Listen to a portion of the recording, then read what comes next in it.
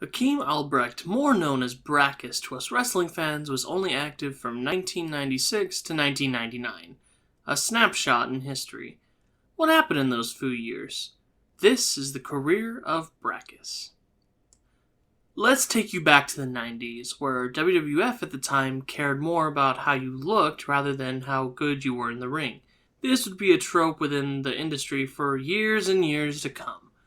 So it shouldn't surprise you to find out that Hakeem was a world-class bodybuilder, having competed in multiple competitions from 1991 to 1996.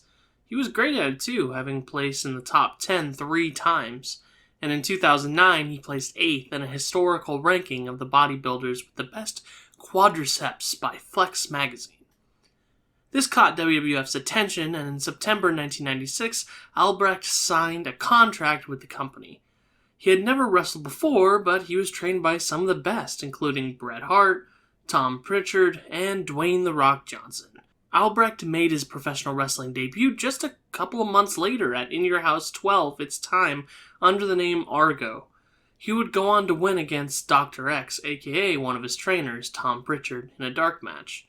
In case you were wondering, he only went by the name Argo for a couple months before changing it to Brachus. He wouldn't wrestle again for about another 9 months, but when he did, it was always dark matches. In mid-1997, that's when vignettes began airing on WWF TV. Mein Name ist Brachus und ich komme von Deutschland. Mein Gewicht ist 300 Pfund. Nothing would really come from these, even though he would threaten roster mainstays like Vader and Triple H. He made a quick stop in the USWA before finally making his TV debut in January of 1998.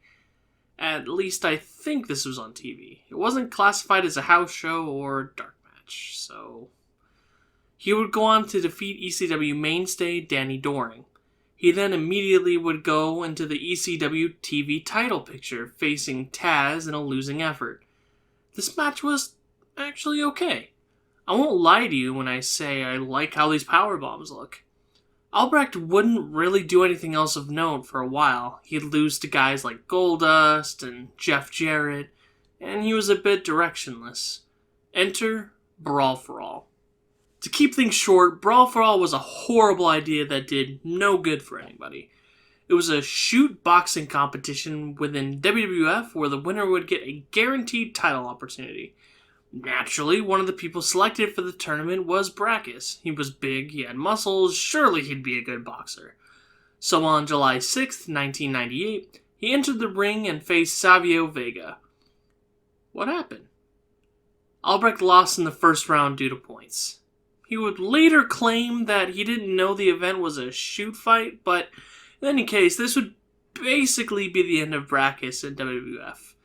He would make one more appearance for the company on an episode of Raw, defeating Jesus Castillo Jr. in a squash match. He would go on to work the Indies for a very short time before retiring in 1999. It's crazy to think Brachus had such a short career.